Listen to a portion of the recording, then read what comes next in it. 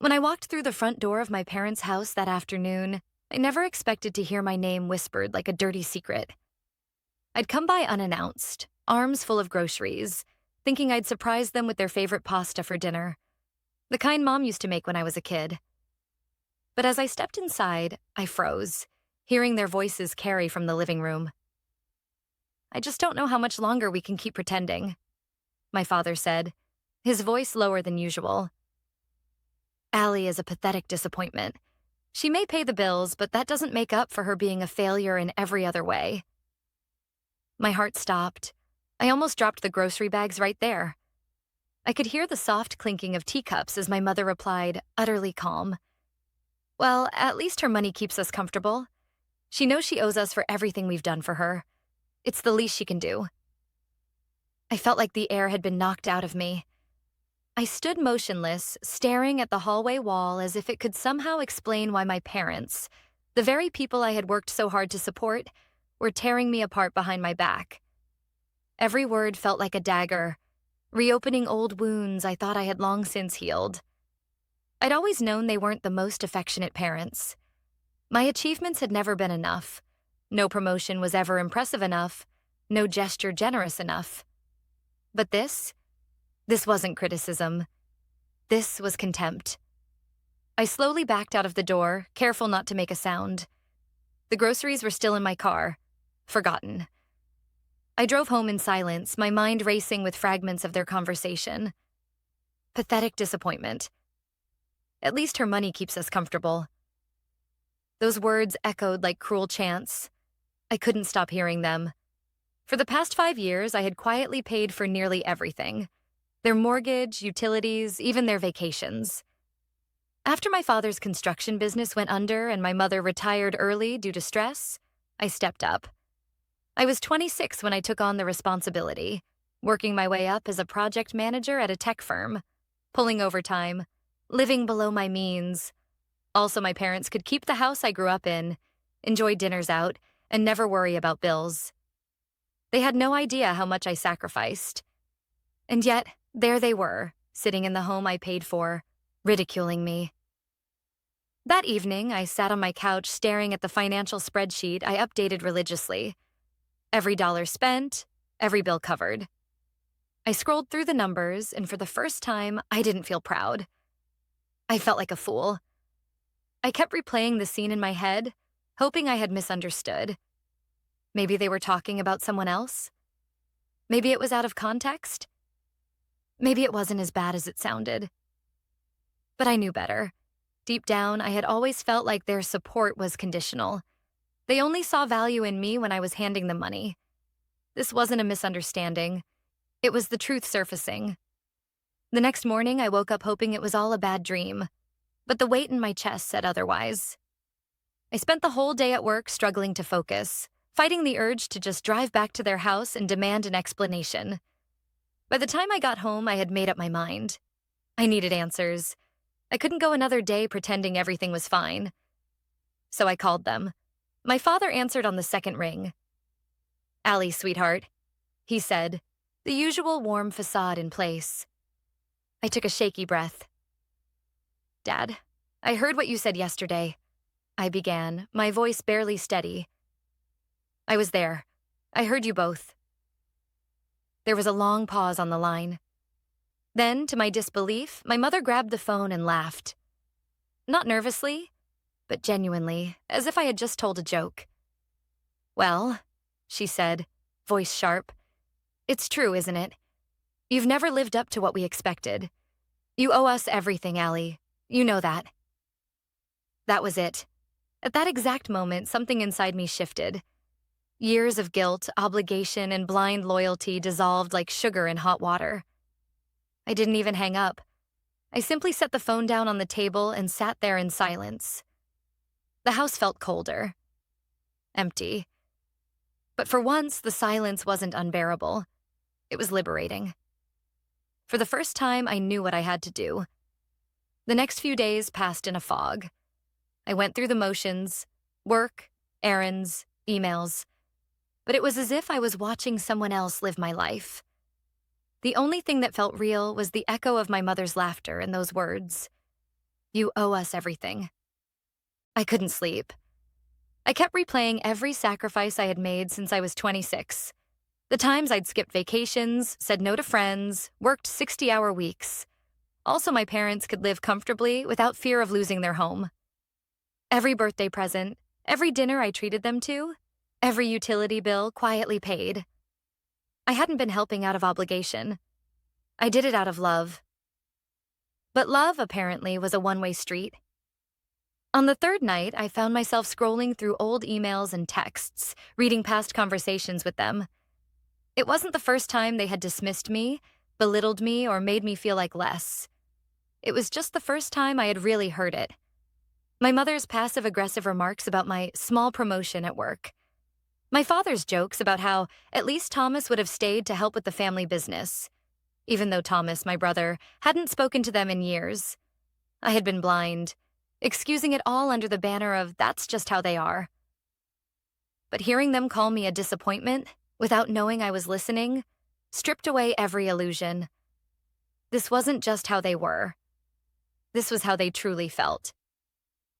By the end of the week, I had made a quiet but firm decision. I was done.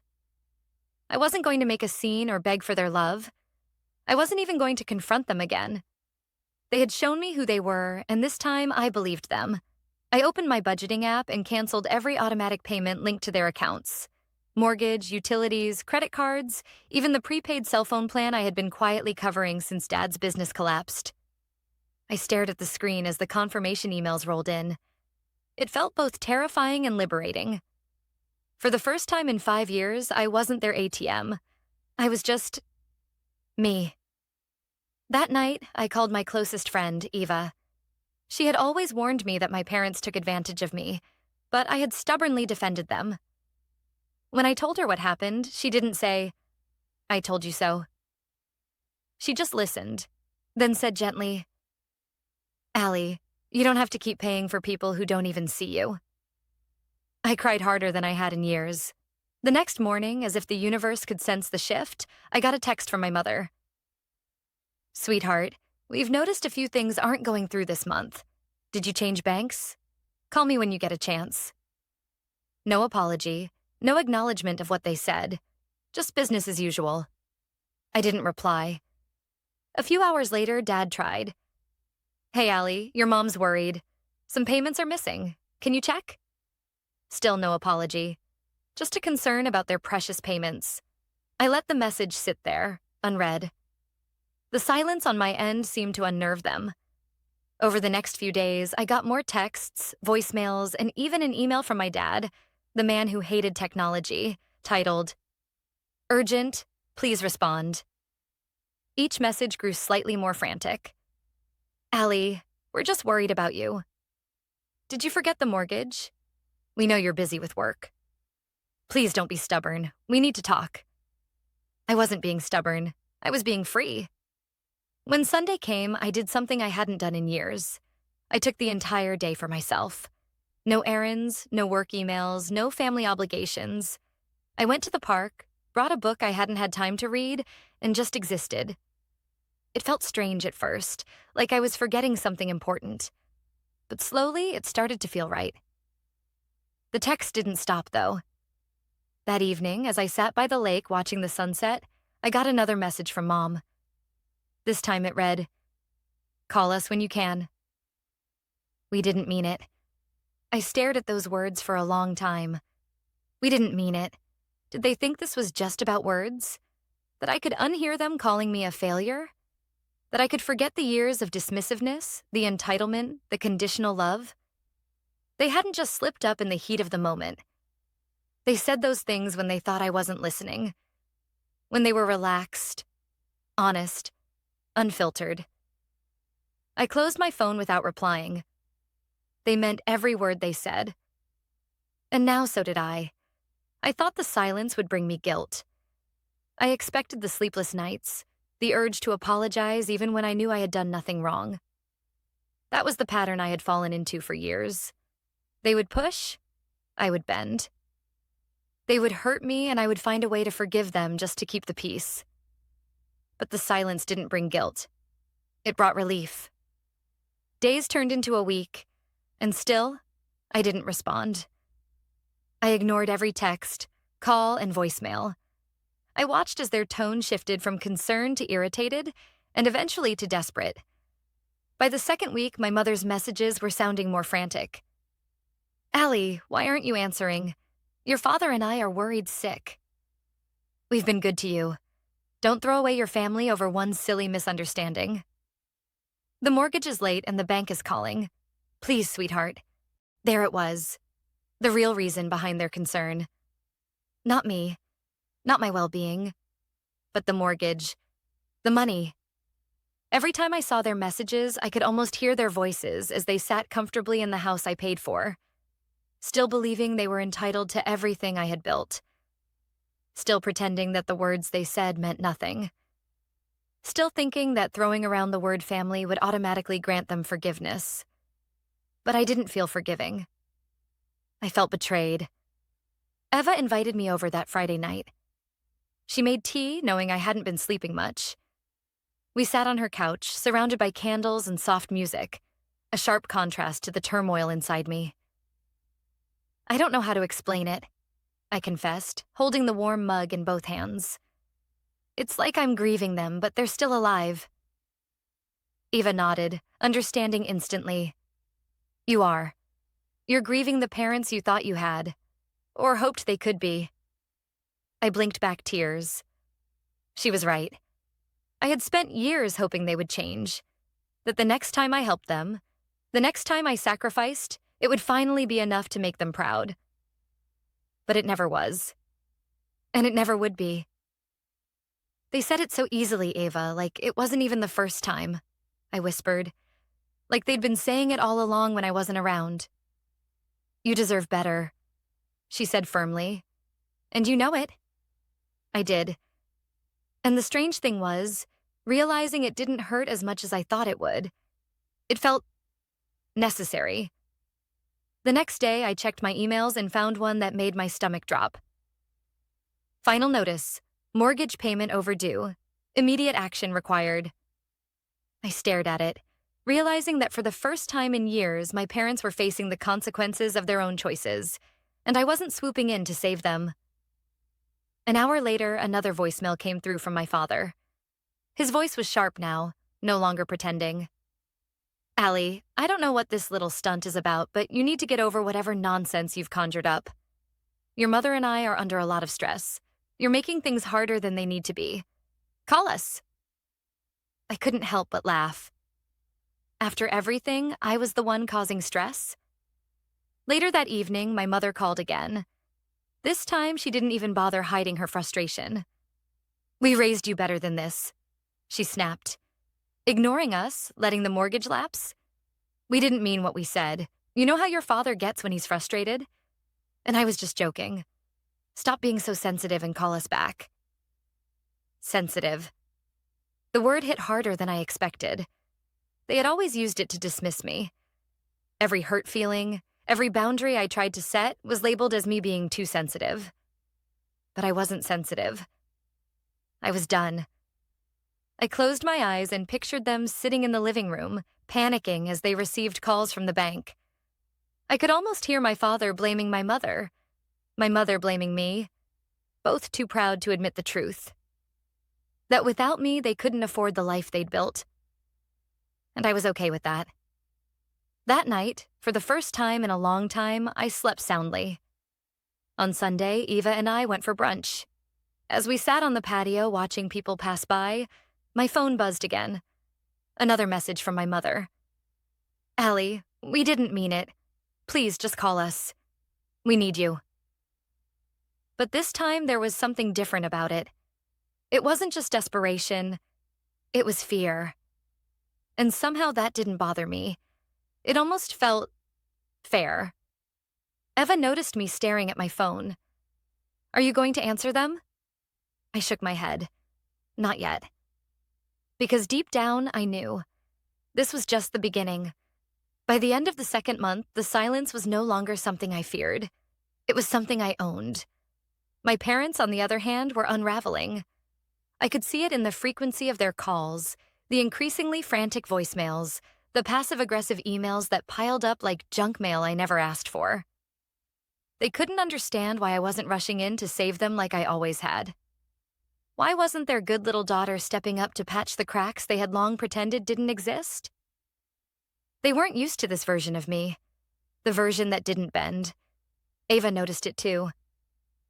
"You seem lighter," she said one evening as we walked through the park, leaves crunching beneath our feet. "Like you're finally breathing." "I am," I admitted.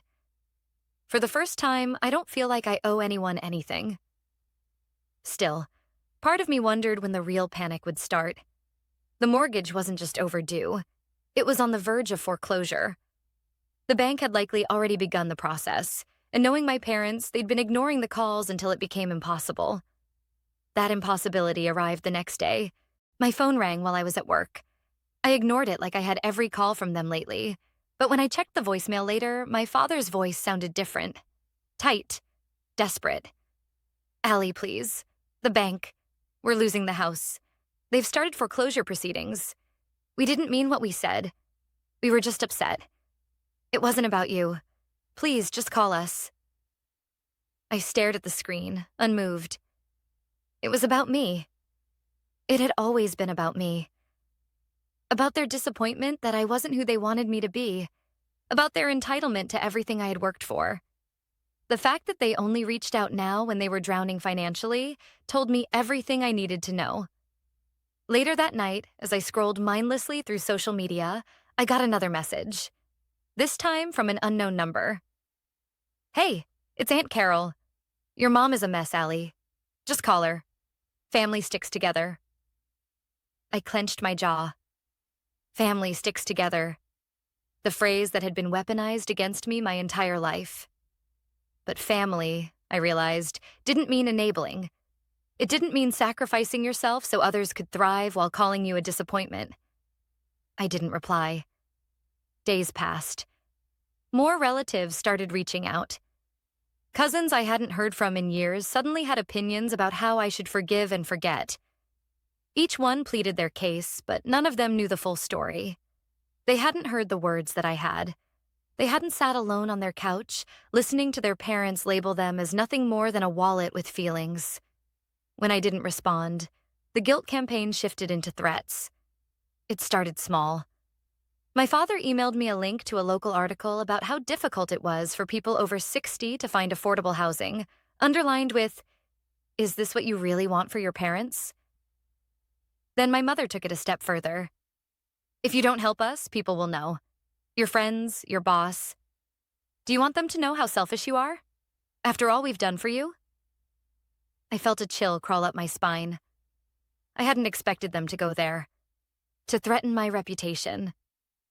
And yet, deep down, I wasn't surprised. This was who they really were, when the mask finally slipped.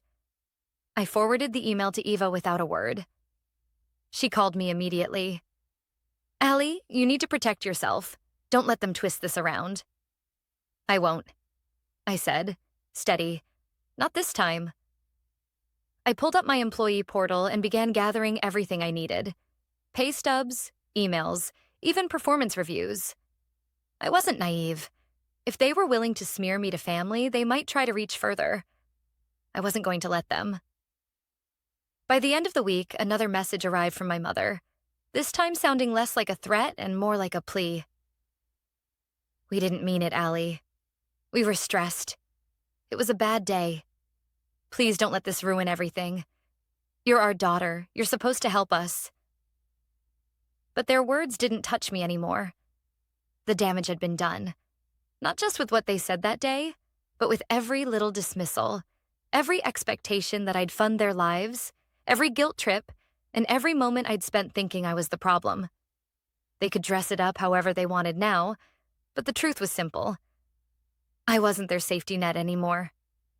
And whether they wanted to admit it or not, they were about to fall. The final unraveling came faster than I expected. A week after their last desperate voicemail, I got a call from Aunt Carol again. This time, she sounded frantic. "Allie, they're losing the house. They only have a few weeks left before it's auctioned. Your father is beside himself, and your mother, she's in tears. Please, you have to step in.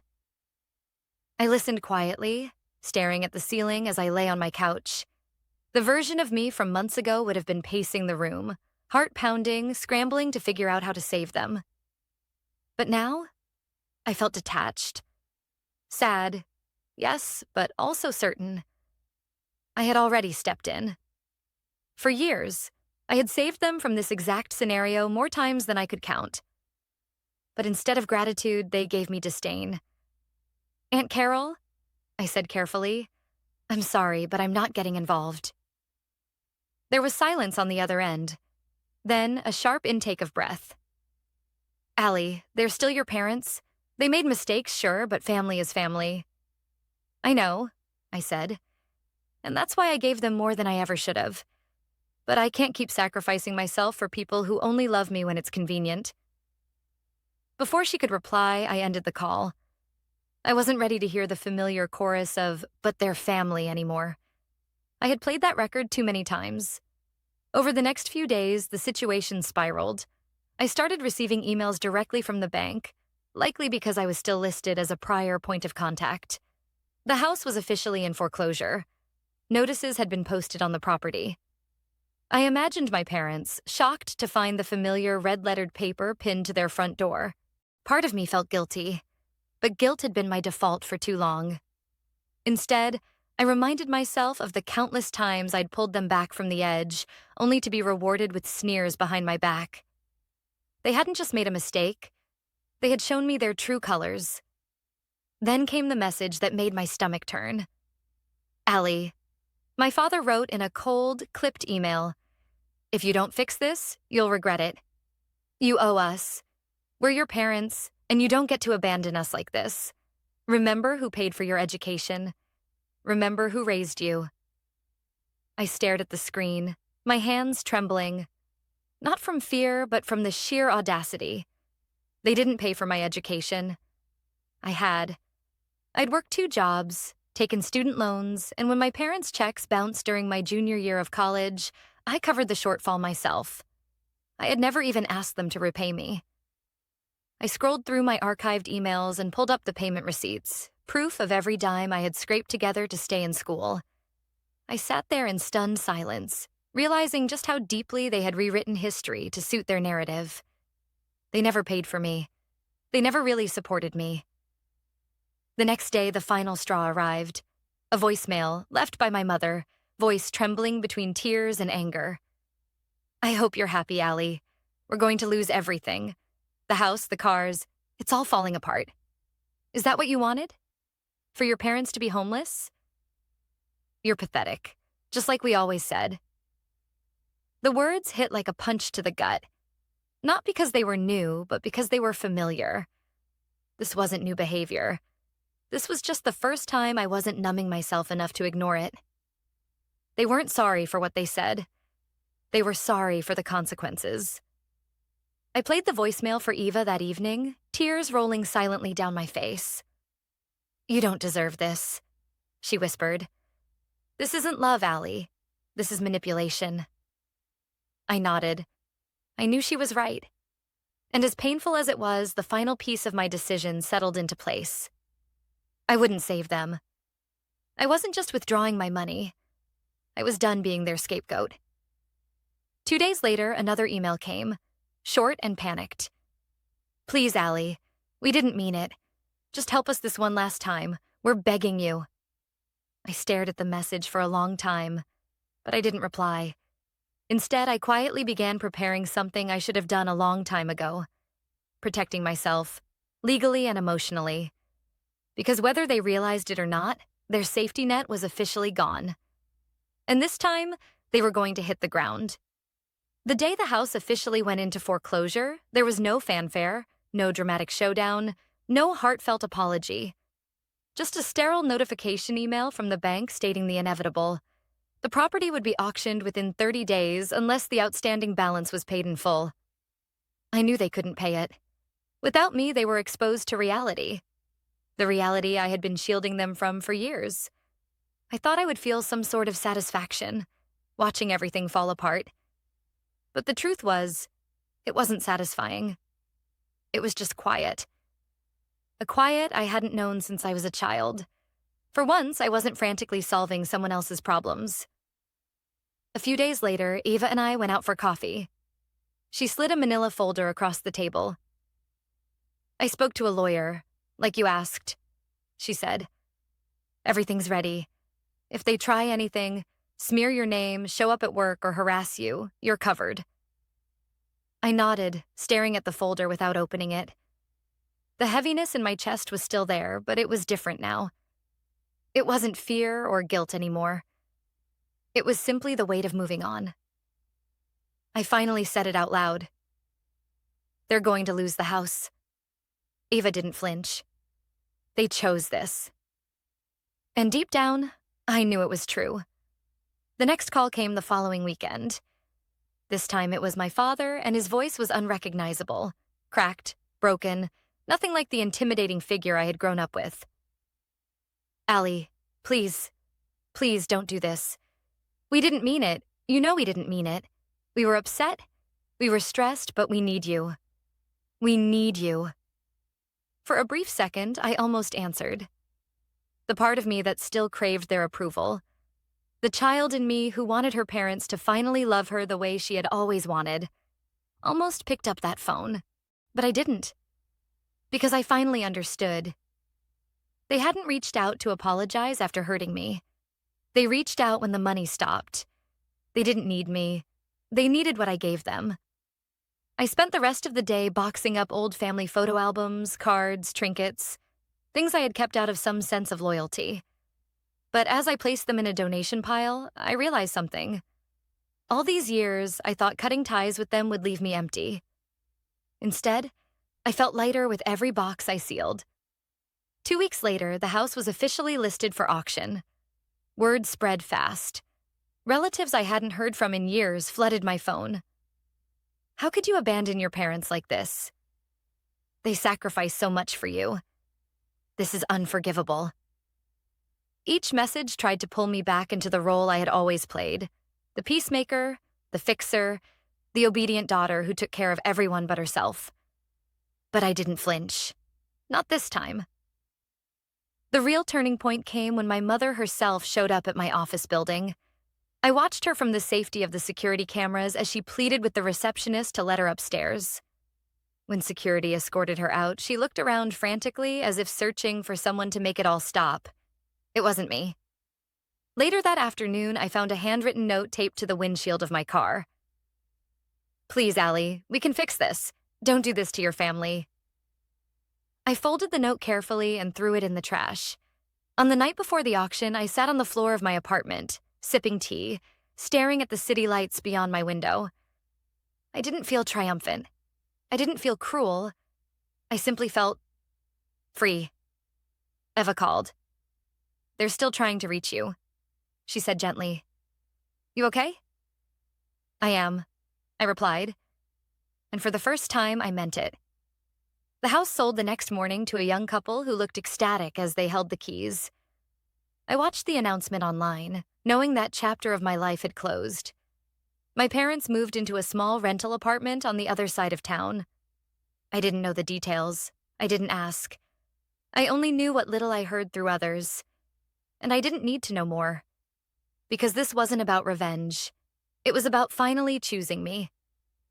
3 months later, standing in my quiet apartment, surrounded by my own furniture, my own peace, and my own rules, I realized something.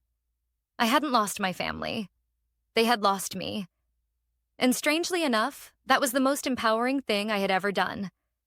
Sometimes walking away isn't about punishment. It's about survival. And I had survived.